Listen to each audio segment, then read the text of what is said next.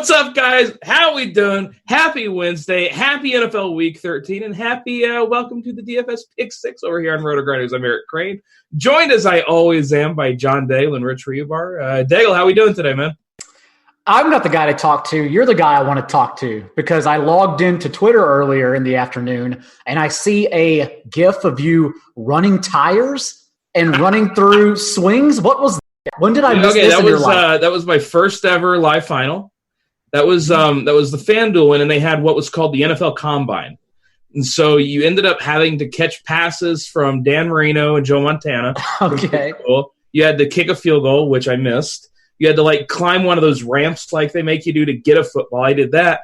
And first off, I just want to make sure everybody understands one very important thing. Those tires were not regulation. That is a very important distinction to make. And is that why you made it through one in the video? Okay, it was 1.5. Okay, 1.5. I'm sorry. Yeah. Agility. I feel like I worked really hard to get that 1.5 tires. So it was a good time. But no, we were talking about it on my XM show earlier today, and our producer had never seen it. And so our producer gets on the Fantasy Sports Radio account and just tweets out the video. Next thing I know, my Twitter's just blowing up and everything. And yeah. Well, imagine my shock not being you as well, and I look up and there's Eric Crain getting hit by a punching bag just swinging one way and falling backwards. Well, and that was from 60 Minutes did a piece on daily fantasy, and they were out there shooting it. So that was my one time on 60 Minutes is just me, busting my ass basically. But then I also saw your kid kissing a dog, skin to fur. So everything's okay. My kid, it was a good time with the kid over there. Reeves, how we doing, man? Any tire stories for you? No, but you made it through more tires than Kalen Balaj have made it through. So, I mean, you did well. You said happy week 14, but it's also happy birthday to John Daigle. Is it? It happens to be Daigle's birthday. How did you know that? Daigle, what do you know who I am? That's true. That's amazing. I mean, to be. Yeah, okay. Well, you figured it out somehow, but yes, it is. It is. We are celebrating my conception. My parents one time rubbed against one another, and here we are. So 24 years old. We've made it this far, buddy. 24 years old. 24. That's right. That's too good. So wait, what does John Daigle do to celebrate his birthday besides pretend it's not his birthday? You already know my life. You already have me pinned down, buddy. Literally, I do nothing. I just work. I'll just pretend it doesn't exist. I pretty much just pretend it doesn't exist. Pretend the Facebook notifications don't hit me. Pretend the tweets don't happen. Even though I do appreciate them, I don't avoid them for sure. But I got a tweet. Keep talking. It's just another year, buddy. Just another birthday. 32 years old now is the official age. I would love to say 24. But we all know with this beard on, it's certainly not 24. All right, I just tweeted happy birthday to you. So now, I thought you were tweeting the show link. Otherwise, I would have. I did that earlier, but this is way more important. I absolutely would have tried to stop you had I known that. But sorry, happy birthday, not Jay Daigle. Hey, we're here for you, man. Oh my God, there it is. What's up with you, buddy? Talking about me or Rich now? It's at Reeves. No, man, I'm doing good, man. If he's not John Daigle, is it not his birthday? I don't know how this works. It's very confusing. By the way, okay, I'll say it. I didn't want to say it. I don't want anyone jumping on. But apparently they are deleting starting December 12th accounts that are 30 days inactive.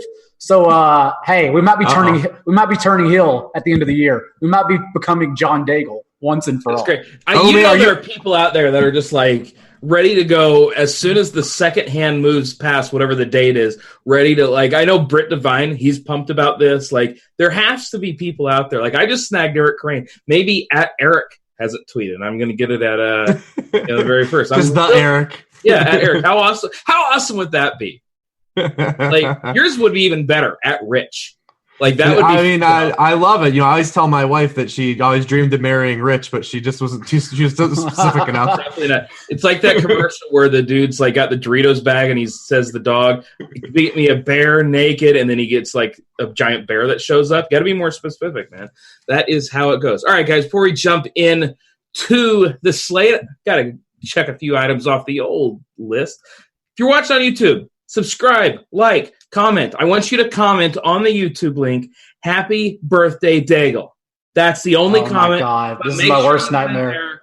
Yeah, make sure you get in there, like, subscribe, comment on it. And also I want to thank these guys for rocking the RotoGrinders badge. We got Mod518, Untold Stories. That is a fun screen name if you like being weird. Grinders 987 and IU Towley, which is just not a thing I thought I would ever say on air. So want to thank you guys for rocking the RotoGrinders badge. Remember, happy birthday, Daigle, if you're commenting on YouTube. And Daigle, since it's your birthday and I'm here for you, I'm going to let you go ahead and kick us off because we're going to talk the Chiefs and the Patriots. New England, the 3-point favorites, 48.5-point total. And, I've heard a lot of talk over the last couple weeks about, in the AFC, it's New England and it's Baltimore. Is it weird to you that everybody just started ignoring the Chiefs completely? It is, but I think there's been reason for it, right? And it probably is, we can attribute their injuries, why they've somewhat struggled and just really haven't been as explosive. But we've also seen on the other side of the ball, this Patriots defense, now that they're not playing Luke Falks of the world and Sam Darnold's no longer seeing ghost against them. And Josh Rosen isn't on the other side of the ball. Like we're seeing also them come back to life as well. Especially against some exotic personnel like the two tight end sets that Houston used throughout Sunday night and just rolled over the Patriots. And also they still did struggle against that Cowboys defense. However, the wind sort of bailed them all out. So, yeah, it's a game that we should still like the Chiefs offense. And in particular, we have seen them play just recently in the AFC playoffs, in the AFC title game to be exact.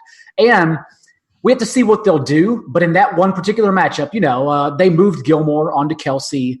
Tyreek Hill has had his way in the past 3 contests they played together, and it's because Belichick tries to bracket Tyreek Hill in those last 3 matchups against the Chiefs, but it doesn't matter. I mean, you have no answer for Tyreek Hill. Tyreek Hill can just go off at any moment. So I think it's a good matchup. It's just one that we should believe in the Chiefs offense, but it would help if the Patriots offense as well does anything at all. Because right now, buddy, they're not doing much at all.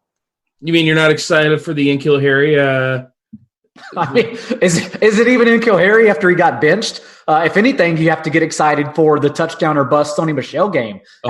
Yeah, I am definitely not excited about that, even though I suppose the matchup lines up really well. Reeves, please do not tell me I have to play Sony Michel, man. I mean, you don't have to. If this is like a showdown slate or something, I think we could talk ourselves into Sony because, the way that the Patriots did attack the Chiefs last year was really go, run heavy and power run game against them. Sony went over 100 yards and 2 touchdowns in both games these teams played. But, that hasn't been the Patriots here. They haven't been able to just line up and run the football, and that's been part of their problems. No Devlin. The offensive line has rotated a number of guys in and out. I mean, if you do, the Chiefs will let you. The Chiefs will let you run for some yards if you want. They let Josh Jacobs run for 100 yards in the first half. They didn't care because they were up 30-0. It didn't matter. That's when the Chiefs, they don't care about stopping the run. They wanted to make you beat them, via the pass and stop them defensively. So they'll kind of acquiesce to Sony Michel getting some yards. It just hasn't been the Patriots game this year. I mean, they just haven't been able to line up and do that. Maybe they can this week. I think we'll see them, try. I think the other side of the ball is probably the more interesting side because the Patriots, we know it's 2 guys. There's only 2 guys we can count on. It's Julian Edelman, who has double-digit targets now in 7 straight games. He's basically the Gibraltar of this passing game. I mean, they can only get the ball to him. The Texans even tried, bracketing, doubling him in the slot like the Bills did. Didn't matter. He still ended up getting there in the end. There was some junk script, that induced some of that down the line, especially that touchdown. But, we can count on Edelman and we can count on James White in the passing game, and that's really it. You're not going to play any of these, ancillary jabronis. Mohamed Sanu looked like he was going to be heavily involved. He's kind of fallen off. They've kind of are just rotating guys on the outside that Tom Brady hates every 15 minutes. Whether it's Philip Dorsett, N'Keal Harry, or Jacoby Myers. None of the tight ends have done anything. So, it's really simple with the Patriots. You play Edelman, you play James White, and if you want to dabble with Sony because of the matchup and how they can attack them, you go that route. But, the Chiefs side is probably the more interesting side. We've seen these teams, like you guys alluded to, play twice last year. Both of these teams are running in a little bit different direction. This isn't, Mahomes isn't running in as hot as he was last year when he was just like this unstoppable juggernaut. He's thrown for under 200 yards this past 2 games, just 5.9 yards per pass attempt the past 2 weeks, but he's starting to run more, which we always like. We knew he had that in his game, going back to college. He just never really unleashed it at the NFL level. But 59 yards on the Monday night game against the Chargers, 25 yards and a rushing touchdown last week. That can help him because, quarterbacks that can move are really kind of the one little piece of like sliver of kryptonite that, the Patriots kind of have. The Texans kind of incorporated a lot of the things that the Baltimore Ravens did, like Daigle said, the 2 tight end sets and moving, but they also just straight up beat them in the pass game, which is something the Ravens didn't do. I mean, when we saw the Ravens torch the Patriots, it was kind of one of those, okay, well, the Ravens have just gotten off on everybody. They only threw for 163 yards. Lamar had just 7 yards per pass attempt. All right, let's see really someone torch the Patriots. And that happened. Sean Watson had 9.4 yards per pass attempt. He threw 3 touchdowns. They really beat them in the air. So, I mean, that gives us a little more upside, for a guy like Mahomes. And the problem with it from a DFS stance, though, is Mahomes is the QB2 in terms of pricing on both sides. Like there's no discount. There's really not a room to grab a ceiling because his ceiling outcome is probably in the lower range, of outcomes, given things. And this game is in New England. So it feels like every game in New England, by the time we get to Sunday, is projected to have 30-degree weather and sideways rain. It feels like they've played 100 of these games already this year, whether it was against, Cleveland and Dallas. And that's kind of led them into, being this juggernaut at home. They've won 21 straight home games, which matches their franchise record. So they can break it, this week. So, I mean, I think the Chiefs side's more interesting, but I feel like I've rambled on and on there. And that's why you have to actually just decide the narrative in your head, because it's one of 2 ways. It's either it is raining and it is a weather game and the Patriots compete, which means basically riding Sony Michel in that atmosphere, or they get behind by the Chiefs. And therefore, if you do take that salary that's not discounted whatsoever from Mahomes and Tyreek Hill and or Kelsey, then you get that stack and you run it back with James White, since James White touched the ball 22 times against the Texans, but 18 of those 22 times came in the second half when they were down 21-3. I don't think it's a matchup where they just start rolling out James White because they haven't done that all year. I don't understand why they would suddenly do that now.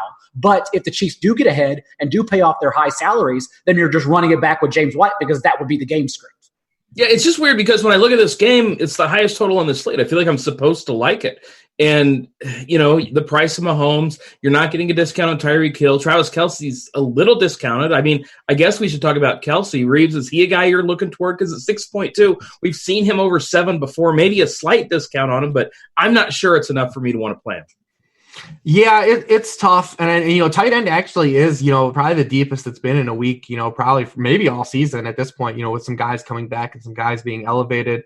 But we know the Patriots always like to take away a player, or attempt to take away a player. And historically, when they've played the Chiefs, it's been Travis Kelce. I mean, last year he had 3 for 23 and a touchdown, 5 for 61. Going back to the year before, in the shootout they played, he had 5 for 40. In the game before that, he had 6 for 23. He's kind of been the guy that they focused on taking away. Obviously, you're not, moving off of Kelce by any means in terms of like a season long, or even, maybe even, saying that you can just fade him outright. But he's kind of been the guy that they focused on taking away offensively.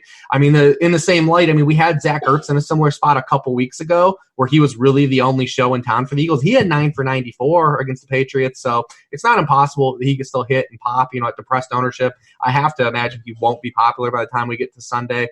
Tyreek had 2 monster games. In the AFC Championship game, they really switched up what they did. They had, who is it, Jonathan Jones and Devin McCourty really kind of go after him and double him. That was it. And, probably the weather helped him from not really getting off in that game either, too, because he had 2 monster games before against them in his career. But, even the Chiefs, we haven't been able, because Mahomes hasn't run as hot, we haven't been able to count on their ancillary jabronis either. Sammy Watkins is that dude. He's ghosted on the season. Yeah, he's donezo. Yeah, but those guys earlier in the year that we were counting on, like the DeMarcus Robinsons, even peppering some McCole Hardman, those guys have been nowhere to be found because, like I said, Mahomes just isn't getting the requisite amount of over the top, production to carry those guys.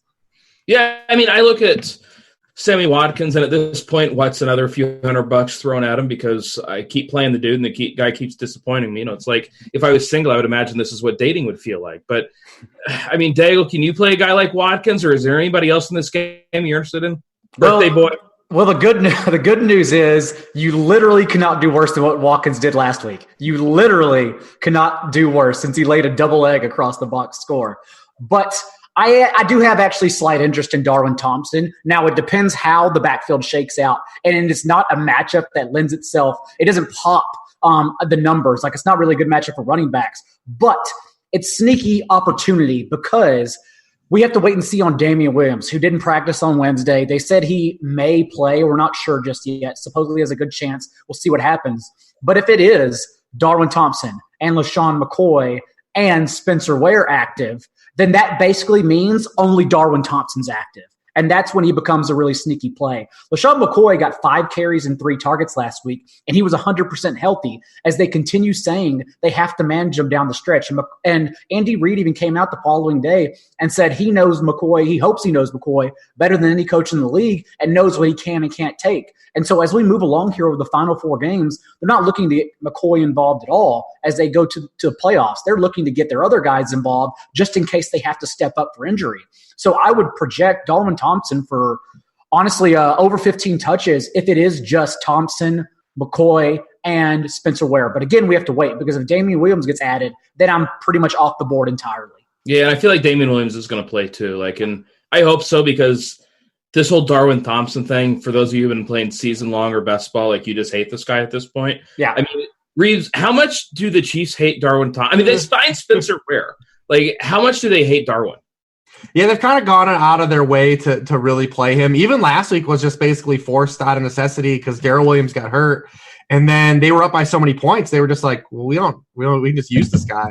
They were up so big, it didn't matter. I actually think if they do, I would wager if that enters the situation that Daigle said, that they would actually play McCoy more and use him in this game because there'd be a lot riding on this game. It's a very important game, not for them just catching the Patriots, but it would involve playoff seeding, home field advantage, all sorts of things like that.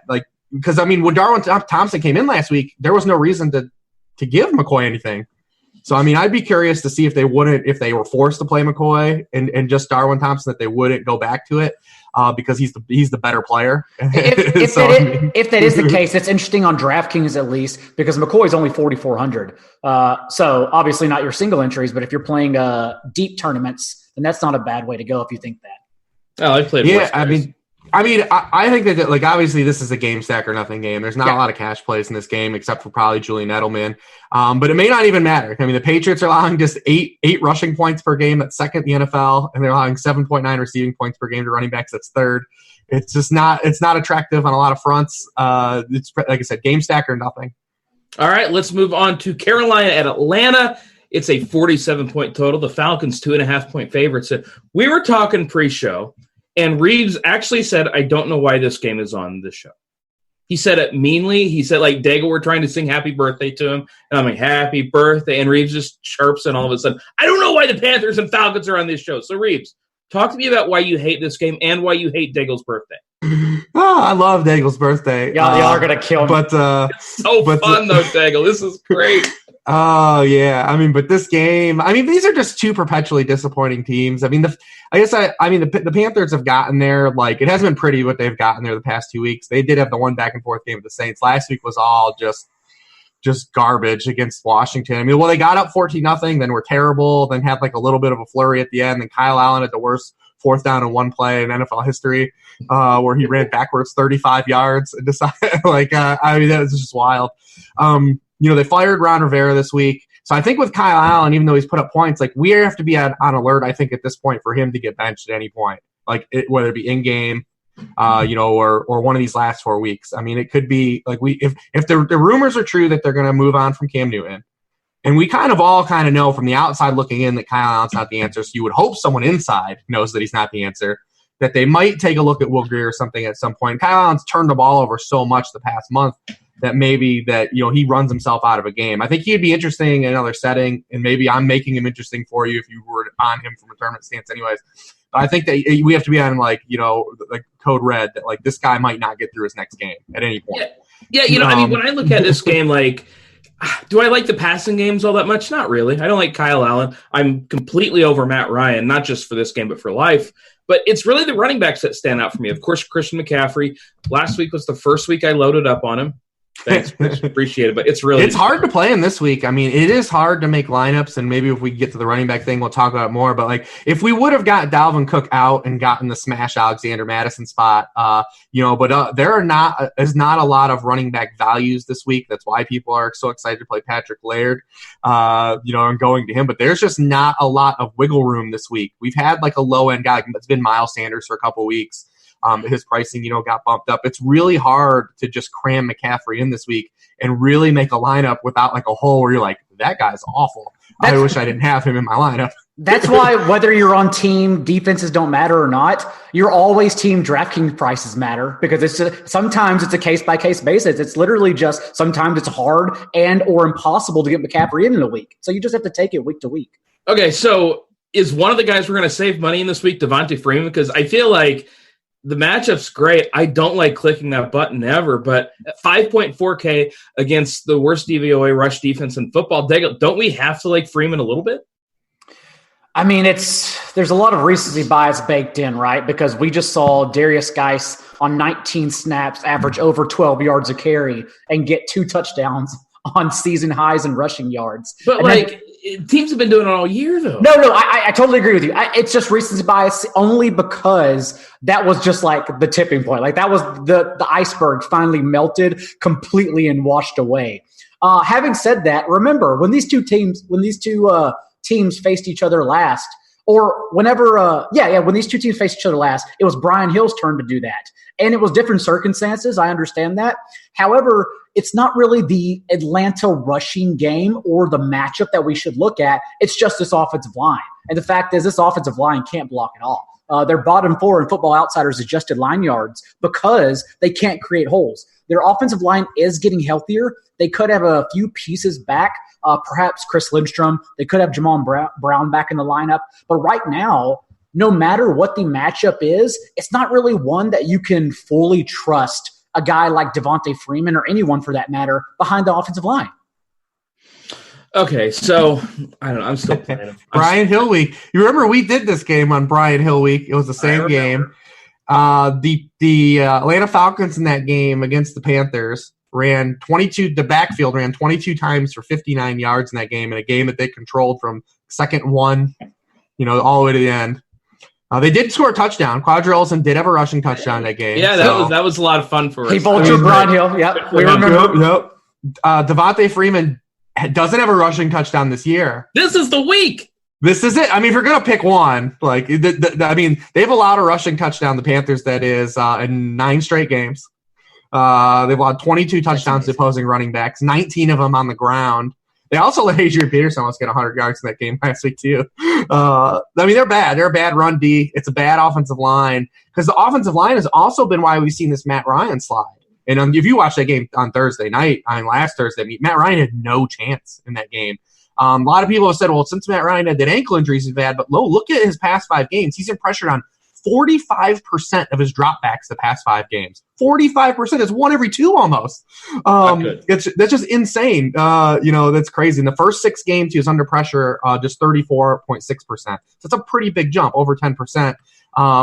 Carolina's defense, the one thing they actually are good at is pressuring the quarterback. They have multiple sacks in 11 straight games. That's the longest streak in the league. But on the one game Matt Ryan did play well over that stretch, it was this game against Carolina. He's thrown for fewer than 7 yards per pass attempt in 4 of those 5 games, but he averaged 10 yards per pass attempt in that game against Carolina when they last played. He just didn't really have the touchdown variance swing his way. And of course, there was the 1 to 2 weeks where he had like positive Falcons game script. They've kind of proven that we can't count on that. That little stretch that they had where we talked about their defense ad nauseum. He's just become a tournament play. That's just really where we are with Matt Ryan. He stinks. Like, the dude just stinks. We were talking about this 3 months ago. Yeah, that he's like throwing bad interceptions in the end zone. He's like Jameis Winston, man. Like, that's who he reminds me of. Just these bad throws, these bad picks. And I don't know. Like, I just don't like Matt Ryan. He's probably not a good person. Like, I just don't like the dude. I mean, whoa. I don't have any idea about that. But I just blame the offensive line for Freeman. I blame them for taking Brian Hill away from us that 1 week. I blame them for Ryan. I blame them for Julio's injuries. I blame them for Calvin Ridley not playing in the slot. I blame them for everyone except Christian Blake's 9 targets out of nowhere every single week. You probably blame them, the offensive line, for letting Reeves know that it was your birthday. I blame them too. I blame Lindstrom for letting everyone know it was my birthday. It's interesting though, because we've actually only seen this offense together 1 week, because Mohamed Sanu was traded after week 7. And then Matt Schaub had that game where he somehow threw for over 400 yards against Seattle in week 8. And then Austin Hooper went down in week 10. So week 10, before Hooper went down, was the first time we ever saw the post-Sanu offense together. And Julio Jones did have a 26% target share in that game. As we talk about on this show time and time again, this is the show that doesn't care about cornerback matchups whatsoever. So James Bradbury, you're going to hear it in a lot of places. Doesn't matter whatsoever. You're either going to play Julio or you aren't going to. And I think there is a reason to play him. But again, it does come down to, and that would be a good pivot as well, by the way, off of Freeman. But again, it does come down to Matt Ryan being a good person. And by the way, if you care about cornerback matchups, I get it. Julio Jones ain't the guy to care about it with. And, really quick, feel free to play Ian Thomas. Greg Olsen looks like he's going to be out with concussion. Oh, yeah. I mean, we could talk about the Panthers side if you want a little bit. What do you mean? Christian McCaffrey. I mean, DJ Moore, you were gushing over before the show. Yeah, I mean, DJ Moore has been we were joking because on FanDuel, I checked. I played DJ Moore and FanDuel Cash 6 weeks in a row because they never cared about adjusting his pricing at all. There was a 4-week stretch where he was under 6K. He's slowly getting there because the touchdowns have come. I really feel like FanDuel's algorithm is really just based on dudes that score touchdowns, because a lot of guys like Devontae Parker, they hung on to low end pricing forever just because they weren't getting into the end zone. But they have been objectively really good plays in terms of they stick out because of target volume at their pricing. And DJ Moore has been one of those guys. I mean, since week 5, he's 4th among all wide receivers in targets, 4th in catches, 4th in air yardage. And they finally decided the past 2 weeks that, oh, wait, we can actually throw to this guy in the end zone. I mean, he's got 3 end zone targets the past 2 weeks. This is what he was supposed to be. All offseason, This is what we talked about with DJ Moore. It's finally happening. I mean, it's not his fault that they don't do it. That's right. It's Matt Ryan's fault.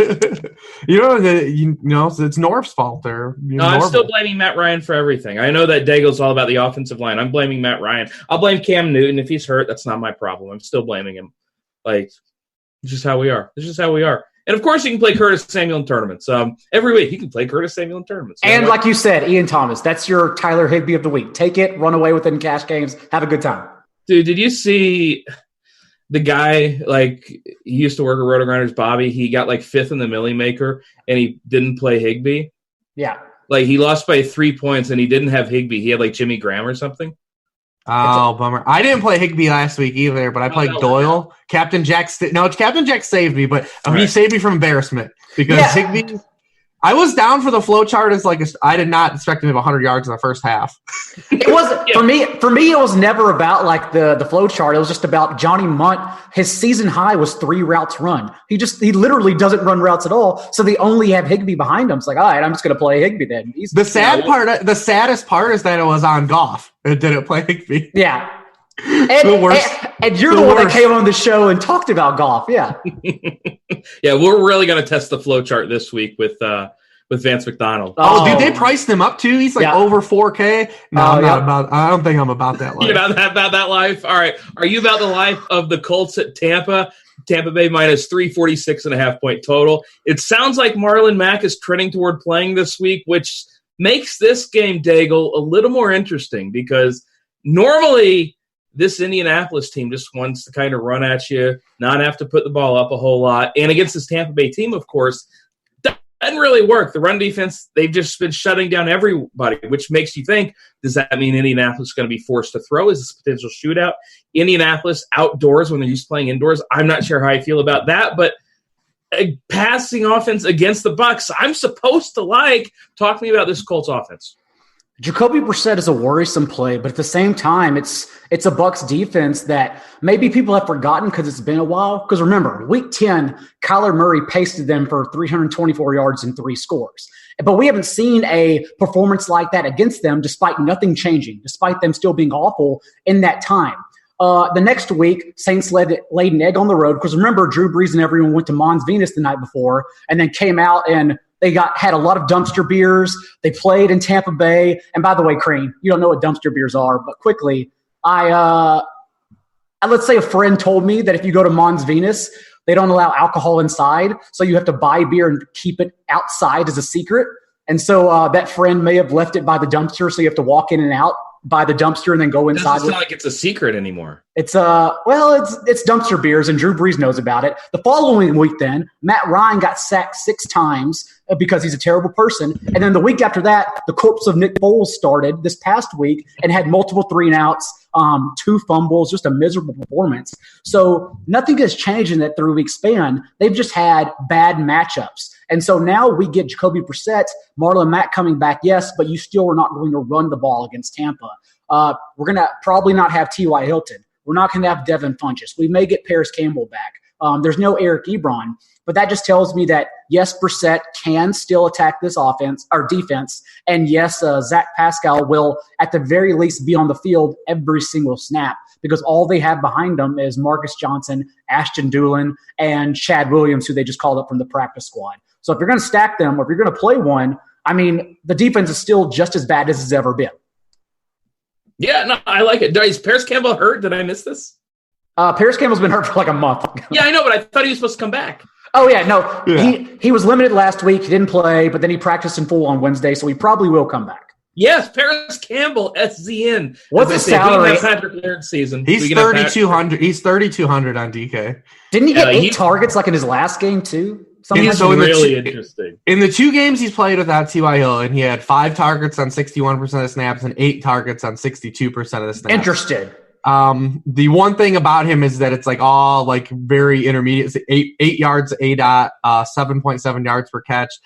So he needs that volume, but it's not a guy you're playing in cash anyways. I mean, if you're game stacking this game, he's the cheap option to try to squeeze in. Yeah, Reeves is in on Paris Campbell. I could tell. He's like in tournaments, he's going to be firing him. Zach Pascal, by the way, last week, my highest owned receiver. So I'm just going to pat myself on the back. Good job, baby. Yeah, that a man, Crain. Yeah, but Paris Campbell, I'm in on him this week. And Reeves, I know defenses don't matter and everything. We know the Colts are going to try and run in this game. That's what they want to do with Marlon Mack. Do you think that they run Mack a little bit too much to mess with this passing offense? Or what do you think about the E&E side? Yeah, it's going to be interesting to see how they approach it. 40.4% of the Colts' offensive yardage this season has come from rushing. Only the Ravens have more. But just 21.3% of the yardage gained against the Bucs comes via rushing, the lowest rate in the league. They're good against the run. They're a pass funnel defense. They've allowed just 1 rushing touchdown since week 7. So, I mean, it really is going to force, the Colts to come out of their shell a little bit. Now, just do the Colts have the bodies at this point is the question that you guys kind of alluded to. Because they're going to have to throw. I'll tell you what, we learned last week, the Bucs are no fun when they get to play with the lead. We've been spoiled all year with them losing games and, winging it all over the yard. Man, when they were up 25-0, it was heartbreak in that game. I mean, we want the Bucs to be trailing. We want them to be throwing it all over the place. That's when they're fun because it was no fun watching them nurse a huge lead last week. You mean you didn't play a lot of Peyton Barber? Is that what you're saying? Oh boy. I mean, and Bruce Arians can take his tinfoil hat off this year, come out here and say, I benched a running back because he missed a blitz pickup. I'm gonna hit him with a ruler because he made a mistake when he has a quarterback that has 22 interceptions and 12 fumbles. Get out of here, Bruce. Get out of here, dude. Bruce Arians and all his stuff this year has been such nonsense all season. He doesn't know how to use, O.J. Howard. He doesn't know how to use any of these running backs. Winston, he's fine with just still dropping back and being his, Carson Palmer. I don't buy anything Bruce Arians said all year. He said a bunch of nonsense. I hate him. He is a terrible person. Bruce Arians, Matt Ryan, get a room. Have some dumpster beers together. He did say that Ronald Jones was still the guy, though. There's no. It's such a God. What's the equivalent of a terrible Tuttle's terrible take here? Dirty Daigle. Like Ronald Jones is not even a dirty Daigle because he was a 2% play last week and you saw how that 2% play went. He's not a 2% play this week unless you just truly hate yourself or just have much more courage than me. Much more. I mean, I need like 9 dumpster beers to play Ronald Jones this week. No, I'm with you there. I'm with you. I'll guess Mike Evans, Chris Godwin, Rashard Perryman. I don't like. You know what's funny? Though is that this is the dirty Daigle right here. It's because Scotty Miller is still not practicing, and last week Rashard Perryman did play a season high in snaps, had a season high in catches and receiving yards, and it wasn't a fluke. It was because Scotty Miller was out because they've been rotating as their third receiver. But that would also take the Bucs having or trailing and playing from behind because again we saw what they'll do if they have a lead, which is a disaster.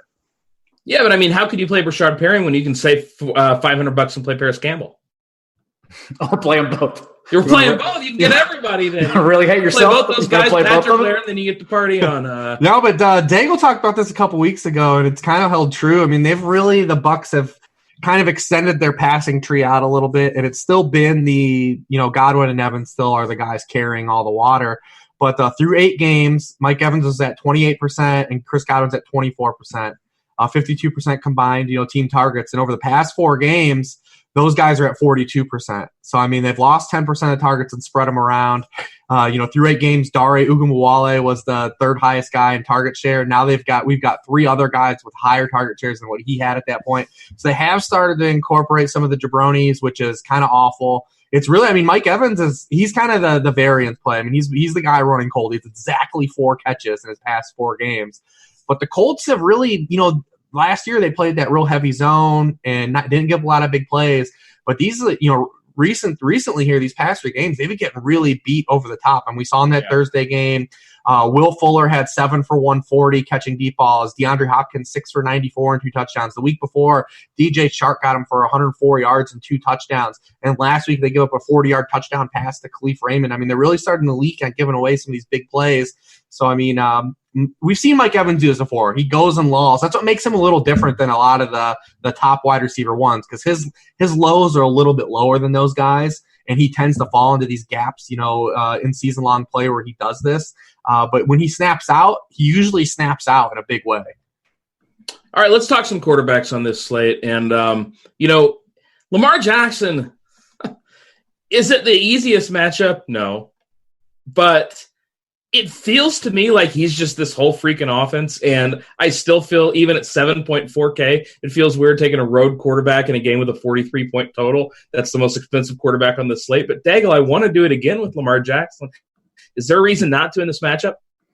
No, I mean, his legs obviously just make him matchup proof. That's why the Niners matchup wasn't a concern, which is also why it was really strange that DraftKings brought his salary down. Like, if anything, Lamar is a guy you're waiting to get over 8K, and that's when you don't pay for a quarterback over 8K. That'd be crazy. But anything under 7,500, it's just like, yeah, you just priced him wrong.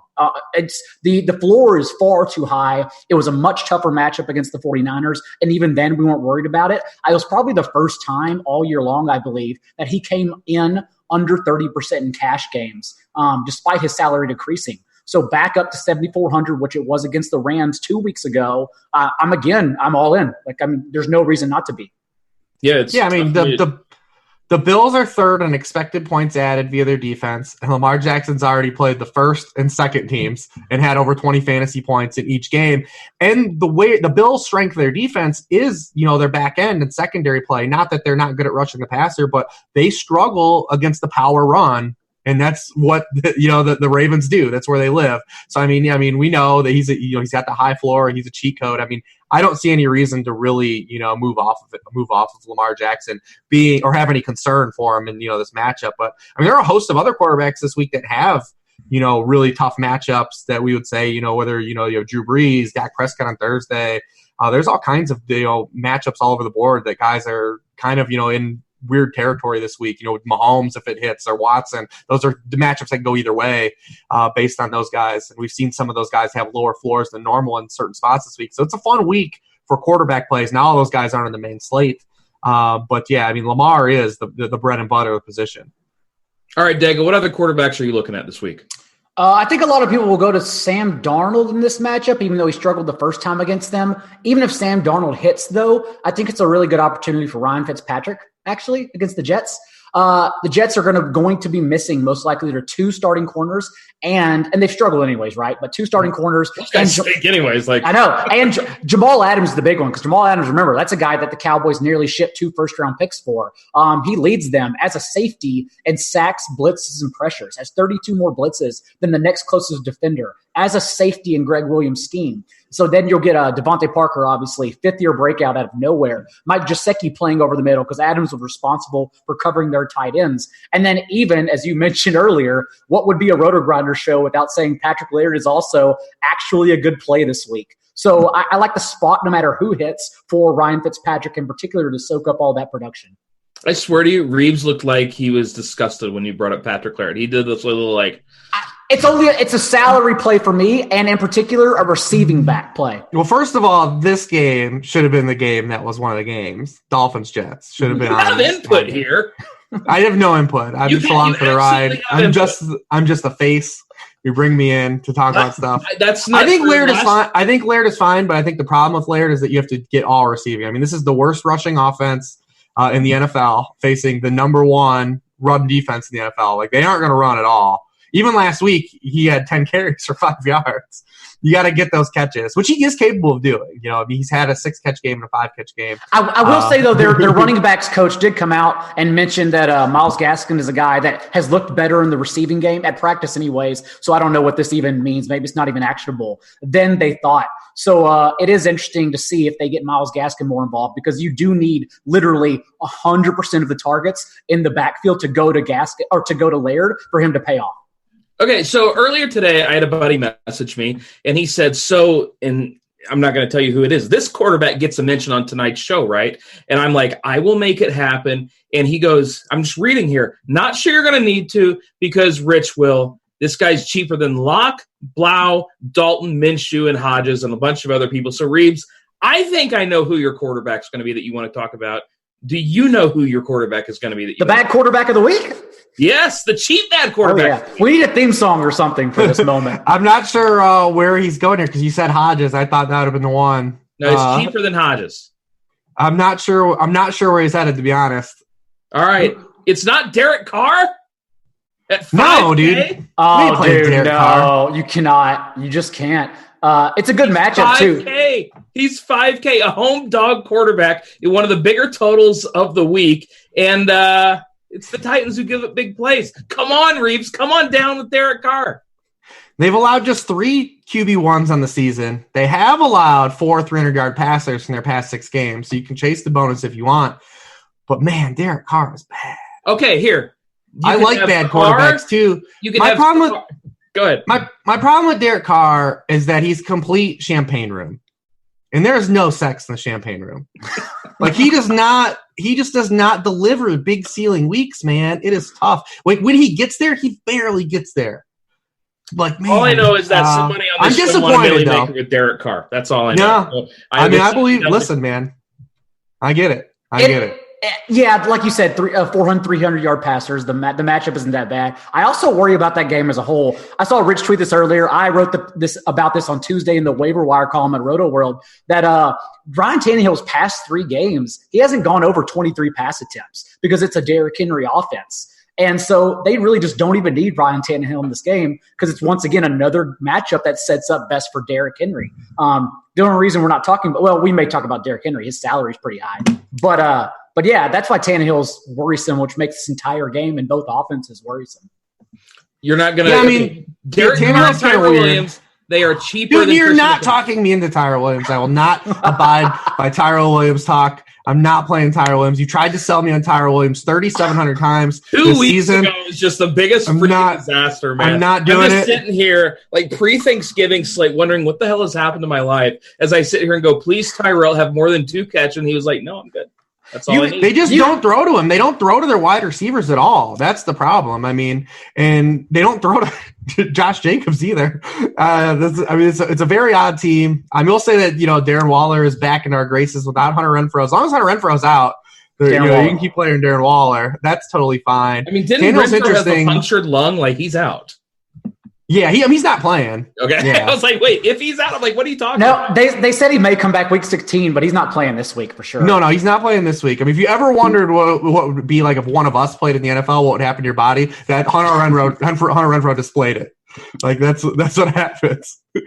But, that game's interesting. I've dubbed the Titans basically are the AFC Seahawks. Like, that's who they are. Crain was on mute just there trying to talk, by the way. It wasn't. He was going to talk about Tyrell Williams. I mean, I was not talking about Tyrell Williams. That's a good point. I was talking about if he's definitely going to hit this week now because you always do this. Like, you'll bring up a dude and like we all bag on him. I do this for years of doing this show. For years of doing the show, whether it be me or Silva or me and like anytime we like vehemently like go against you on one of these guys, like this dude's going to pop. And we've been pretty nice this year. Like we kept quiet with Tariq Cohen week 2. Like we shut our mouths. We're okay. Maybe Crane's onto something. But I will say I'm on the bagging. The whole thing about Tyrell Williams is that he's going to get 4 targets and 2 of those are going to get flagged. So you have to make do with 2 and he's targets. He's going to drop one of them. He's dropping one of them. So one target a game. One target a game you have to make do with. That's all you need at 5K. You only need the one target. That's all you need for $1 million. Tyrell Williams and Paris Campbell teams ready to go, and it's going to be a good time. And, of course, I'm going to have all the money in the world to spend at running back when I use those 2 cheap receivers. So, Reeves, are we paying for Dalvin Cook? Are we looking to save a little at running back? What are we doing at running back this week? It's a tough week, man. I have not really settled on how I want to attack this because of the Dalvin Cook situation. Because it would have been a week where we would have just played Dalvin Cook. Like we would have took the salary loss and known that we had a high upside guy against the Detroit Lions at home as a huge home favorite with the highest team total of the week. But now with the shoulder injury, is this a situation where they limit his reps? Does he re-aggravate the injury? Like all these things are in the air to add some fragility to playing Dalvin Cook. And now that Dalvin Cook's even playing, we don't even get to just jam in Alexander Madison and have him be a universal chalk week. So it's a little tougher spot this week at the running back position. Kind of scattershot. I mean, some guys in like that mid range though. I mean, it's. I mean, Lenny still has to be on the board, especially where he's priced. I mean, he hasn't averaged over 4 yards per carry in a game since week 7, but he just keeps delivering no matter what because of just his workload is so immense. I mean, he has 49% of the Jaguars' targets. He has 7 or more receptions in 4 of his past 5 games. 41% of the fantasy points against the Chargers this season have been scored by opposing backfields. That's 31st in the league, ahead of only the Chiefs. So, I mean, he's kind of just, if you want to just take touches pricing and say, give me a touchdown, Lenny, hopefully he gets there this week, but he's in that bucket. Counterpart in that game, I think Melvin Gordon is interesting this week. Mm-hmm. Now, we'd like to see Melvin Gordon's receptions kind of bounce back to where they were the past years, but they haven't. Just 2.5 catches per game. That's what's really hurting him because he actually has gotten better and improved. He's had 90 or more yards from scrimmage in 4 of his past 5 games, 4 games over 100 or more in those games. 4 different backs have hit 100 yards on the ground against the Jaguars in their past 4 games. They've been getting smoke showed on the ground. Too bad we didn't have Peyton Barber last week against them. But those guys are all kind of interesting. I'm going to just go back to the well in tournaments one more time. I think Alvin Kamara is interesting this week. He broke my heart on Thanksgiving because I had 100% Alvin Kamara, and I had some lineups that were in the mix going into that late game. But the 49ers, like where they have struggled against backs this season, have been combo backs. Christian McCaffrey, Kenyon Drake, the guys that have recent success on these combo backs, guys that can catch the ball. Without Andrus Peat, possibly without Terron Armstead. I mean, they're going to be getting rid of the ball quick in that game. I imagine they do Kamara gets a lot of receptions in this game. And, he's still due, man. He hasn't scored since week 3. He's still due, man. I think he's not a cash game play, but I think he's a great tournament play this week. Okay, so yeah, I like Kamara a lot too, and he's 7K. I look at a lot of the projection systems I've looked at. They like him just as much as a guy like Leonard Fournette, so I have no problem at all with Kamara. Daigle, what running backs are you looking at? Reeves kind of took all the good ones because I like Melvin Gordon and Alvin Kamara a lot. Not a good birthday present. If you tell me 2 off the board though, I guess, you're not going to get the catches. If you do, you'd have to get lucky. It's a touchdown. But Mark Ingram on DraftKings in particular, oddly enough, because he doesn't catch passes, is just super cheap, discounted from FanDuel quite a bit. So Mark Ingram, 5,900 on DraftKings, is a sneaky one in tournaments. And then if you want a really dirty one, This is like the 1% play. I don't know why. I looked into it. Scoured reports all over all week long because I don't understand. But for some reason, Duke Johnson led in touches that entire game, and Carlos Hyde didn't outcarry him until literally the final 2 drives of the fourth quarter. Until that point, it was literally all Duke Johnson. Duke Johnson in targets, Duke Johnson in catches. He had outcarried him by like 7 touches at one point, and then Carlos Hyde snuck up, even though they were up by 4 scores at that point in the fourth quarter, which is odd usage, if anything. So Duke Johnson just dumb cheap on DraftKings in particular, and so that's a sneaky tournament play. I mean, Carlos Hyde's the garbage time guy now. I mean, he's been bad the last month. He's been bad for years. This isn't a last month sort of thing. He's sucked for years. Okay, that's fair. Matt Ryan, and who is the other guy, Daigle? That's a bad person. There are a lot of bad people on this show. There are 3 of us right now. Who was the other one? I forgot who the other guy was. You're the one that said it. He's a bad person. Arians? Yeah, Arians. Yeah, Arians. Yeah, okay. There it is. All right. Let's talk some wide receivers. Birthday boy, lead us off. What wide receivers are we looking at this week? So wide receiver, I feel like is my Reeves running back situation where I've been playing around, and I'm not sure. I'm struggling to find some cheapies outside of Paris Campbell, as you talked about. So I think one in particular, Robbie Anderson is a cheap one that should be in a shootout matchup. And it sucks this week, I guess, because it is going to lead to recency bias since he was still getting the air yards, but then finally hit on 10 targets just last week. But it's still a great matchup. We don't worry about the Jets really pressuring too much. We don't worry about the Dolphins pressuring the Jets too much. And that's really all I have my finger on right now. Let me ask both of you something. What do you think about Michael Thomas at a reduced salary in a bad matchup? You play him. Like every week, Michael Thomas is the best wide receiver play. I'm here, guys. I'm sorry, Cardi. I'm going to do this. I'm looking at the blitz right now, just kind of taking a look at some salaries. Mm-hmm. He is the best point per dollar play at wide receiver listed on the blitz right now. You play him every week. People talk about, well, you don't do this because of that matchup. This isn't rocket science. The dude gets all the looks. Like, how do you not play Michael Thomas? We always play him at home too, man. Okay, that's all I need. That's all I needed to hear. Yeah. All right. Yeah, I like him, man. All right. So, Reeves, who are some of the other wide receivers you're looking at? Yeah, I like the Robbie Anderson thing. I mean, obviously, there's some recency he's gotten going a little bit. He didn't hit in this first Miami matchup, but where Miami gets beat at is down the field. So it's still, it all lines up. Maybe he'll make good for us. He doesn't even. I don't know. I am done being throbby for Robbie, man. He's been good, though. He's been good the last 2 weeks. I mean, done with Robbie, who's done well the past 2 weeks, but not done with Tyrell Williams, who hasn't done well all year. I was on Robbie all earlier in the year. Then he did same in a row. I get it. Jump on board now. I do get it. I don't want to do that. A couple of guys I think that are interesting because obviously Devontae Parker has been ruined now for us. He hasn't been ruined yet, but now everyone's on board. Everyone's on chase it with Devontae Parker. I think Emmanuel Sanders is really interesting this week.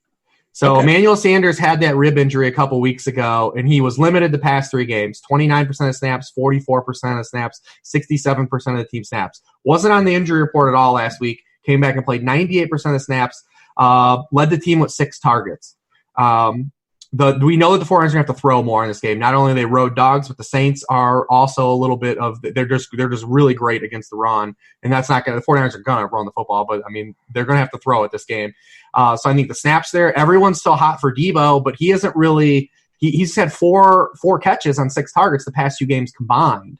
Also, since joining the 49ers, Emmanuel Sanders runs 40% of his routes in the slot. Marshawn Lattimore's played just 13 slot snaps all season. So I think he's one of these guys that's priced down. I think projectable team target share and share of team targets, have him highlighted in a range where there's not a lot of freebies. So he kind of sticks out to me. Listen, man, I'm going also back to the well, and I'm going to keep chasing Odell Beckham. Going to go back to him. I mean, where the Bengals give up points to receivers is downfield, man. They rank 30th in deep ball completion rate on the season. So we're going to get Odell and Eli returning in the same week? Is that what you're saying? Ooh, maybe. I'm excited. Excited for Eli to put this record on the line here, this 500 record. when I told my son that, I was like, well, we'll know if Eli's a winning or losing quarterback, on Tuesday. And he was kind of got ghostly. It was like, I understand, but hey, I'm just happy to be able to click his button one more time. Most people would want to play the Browns' best wide receiver, but I'm going to play their second best. Beckham. I was points right now, Landry or Odell. You have to bet on Landry, right? Yeah, that's crazy. You have to. Listen, this goes back to college, man. Landry just outproduces when he's on the same field as Odell. Man, alpha. Some would say he's the alpha. I just wanted to see the Eagles versus NFC East Jameis Winston. Like I was waiting for it so long on Monday night, and now we get Eli Manning instead. I will say the game I'm most interested outside of Jets Dolphins isn't on the main slate, and it's that Seahawks Rams game. They played 3 incredible games the past 3 for fantasy, and not having it on the main slate's a bummer. And Seahawks defense is so bad. I looked up, I was like, sweet, another golf week, and then I saw it was Sunday night. I was like, damn it.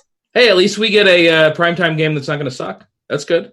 But that usually Bob Forrest came through last week. I know. Hey, we got one right. We finally got old Bobby right. And of course, we're going to say that the Sunday night game won't suck. And then the next night, we get Eli Manning and Carson Wentz. Hip, hip, hooray. But we got to get off here. We got to make way for Britt Devine and Dan Kelly. They're going to be coming up for the Pro Football Focus show. Reeves, tell the people where they can find you. Sharp football analysis, go over there, worksheet, DFS content. We're running down to the nitty gritty of the season. So if you want to make those moves to your playoffs and final weeks of DFS, then go check that content out. Daigle, where can they find you other than the party room for your birthday? You can find Chuck E. Cheese. Yeah, baby. Chuck E. Cheese. I was more of a D. What's that place? DZ? Discovery Zone. I was more of a Discovery Zone. Oh, Discovery Zone was nice. Yeah, it was great. RotoWorld Football Podcast on iTunes, and if you go to rotoworld.com/win, you can get 50% off using the promo code NFL50 if you are still using still trying to make it in your fantasy playoffs, which I am not, because it is very hard to both be in this industry and pay attention to waivers. That is so true. Tuesday waivers are rough, dude. It's the most impossible. That's what people like. Oh, your work though in fantasy football, you should win. You don't understand how hard it is to pay attention to waivers when all you do is write about waivers. Yeah. And then also, I'll just go be hiding for my birthday. So. Well, hey, I was going to make sure people, once again, if you're watching on YouTube, first, come over to RotoGrinders, hang out. We're having a good time over here. And secondly, subscribe, and this is the important part, comment, happy birthday, Daigle. I want to see millions of happy birthday Daigles out there. Also, I wish him a happy birthday on Twitter.